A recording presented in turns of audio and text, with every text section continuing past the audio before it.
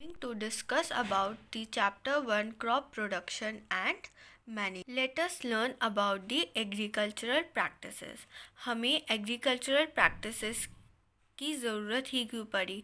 Because of the large scale demand of food for humans and animals. और large scale demand क्यों है food की human beings and animals को? Because they have to survive के लिए इनको food की ज़रूरत होती है, इसलिए we have started agricultural practices.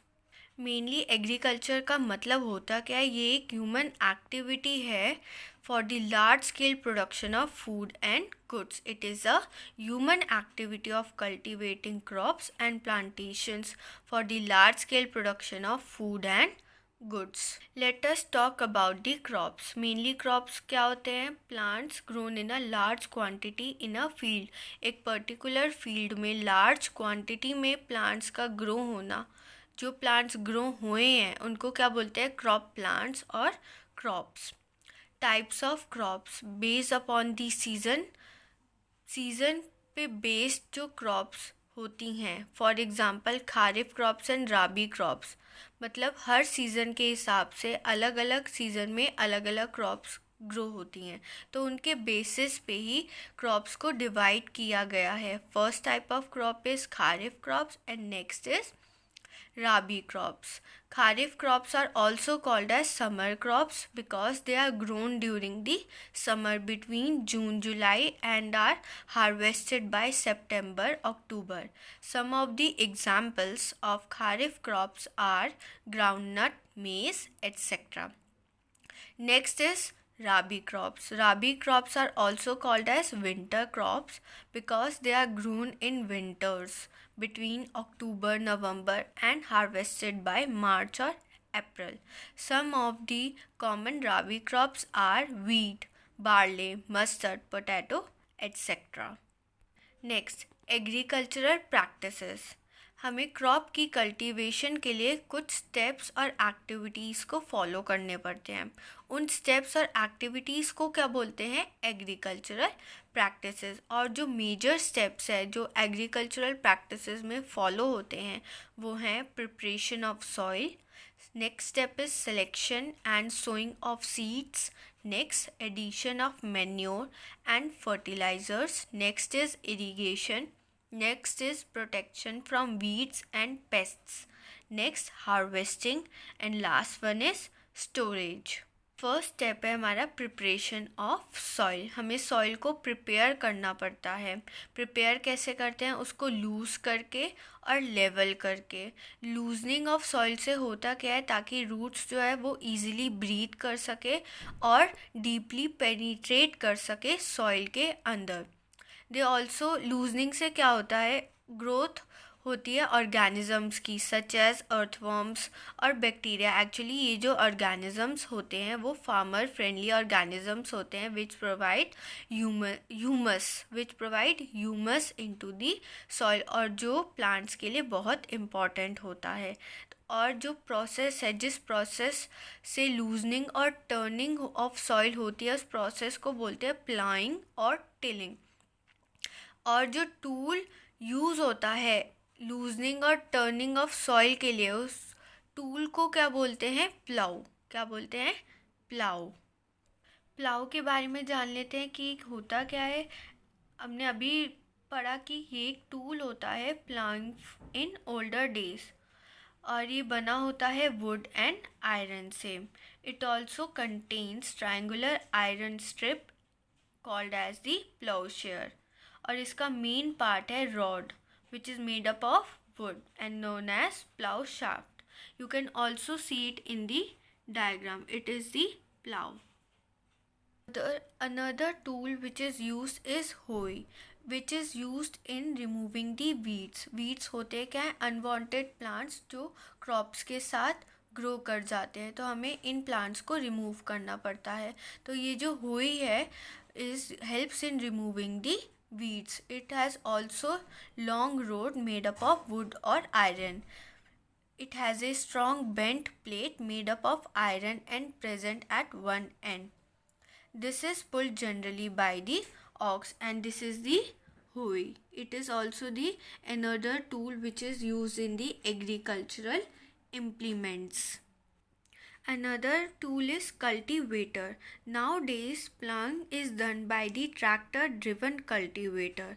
Cultivator का यूज़ करना ज़्यादा easy है because it saves labor and also saves time.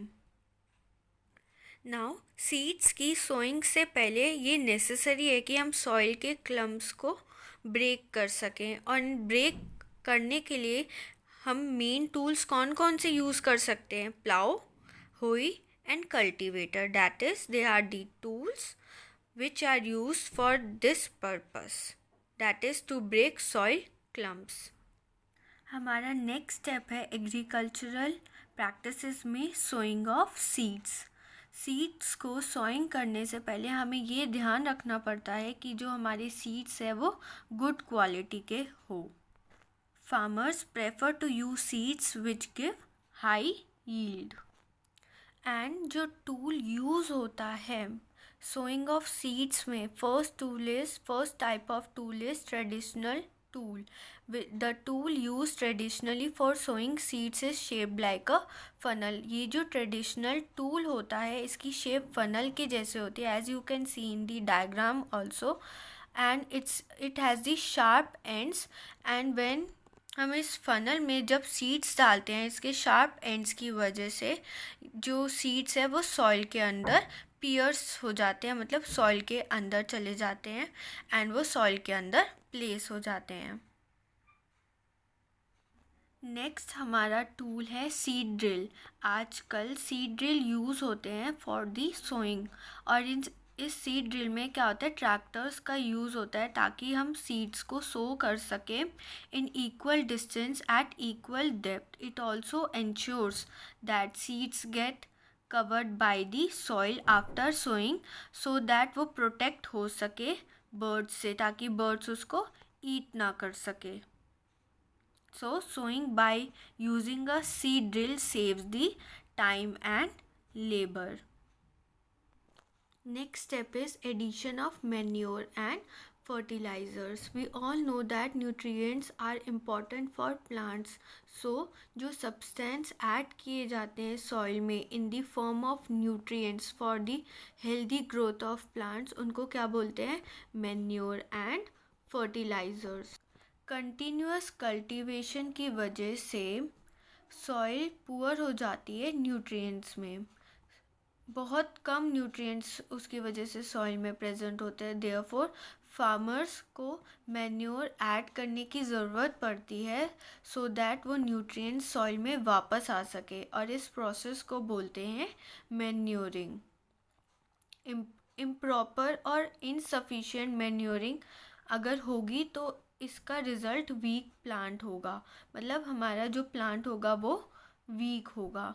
Manure mainly होता क्या है? It is an organic substance, और ये कहाँ से ऑब्टेन होता है? From the decomposition of plants और एनिमल वेस्ट से. हम लोग फर्टिलाइज़र्स भी ऐड करते हैं to provide nutrient in the soil for the plant. और फर्टिलाइज़र्स आर दी केमिकल्स, वो केमिकल्स होते हैं which are rich in the particular nutrients. Fertilisers हम फैक्ट्रीज़ में प्रोड्यूस कर सकते हैं, और उनके सम ऑफ द एग्जांपल्स हैं urea, ammonium sulphate, super phosphate, nitrogen, phosphorus, potassium etcetera. They are the some fertilisers. Fertilisers use करने से फार्मर्स को इसलिए हेल्प मिलती है कि वो better yield of crops produce कर सके, मतलब बेटर यील्ड आ सके क्रॉप की, such as wheat, paddy and maize. But excessive use of fertilizers make the soil less fertile. So हम ज़्यादा फर्टिलाइज़र्स यूज़ नहीं कर सकते, क्योंकि इससे क्या होता है, सॉइल की जो फर्टिलिटी होती है वो कम हो जाती है. और फर्टिलाइज़र से एक और प्रॉब्लम आती है कि वो वाटर पोल्यूशन क्रिएट करता है, इसलिए हमें एक्सेस फर्टिलाइज़र्स यूज़ नहीं करने चाहिए. Manure is far better than fertilisers. Manure का यूज़ करना बेटर है फर्टिलाइज़र से, बिकॉज एक्चुअली ये क्या करता है, it enhances the water holding capacity of the soil and it also makes the soil porous due to which exchange of gases becomes easy. वो soil को porous बना देते हैं ताकि exchange of gases easily हो सके. It is also helps the increase the number of friendly microbes ताकि friendly microbes का number बढ़ सके और humus provide कर सके. And also texture of the soil को इम्प्रूव करने में मैन्योर हेल्प करता है. That is why we should use more often manure than the fertilisers. Further steps which we are going to discuss in the next video.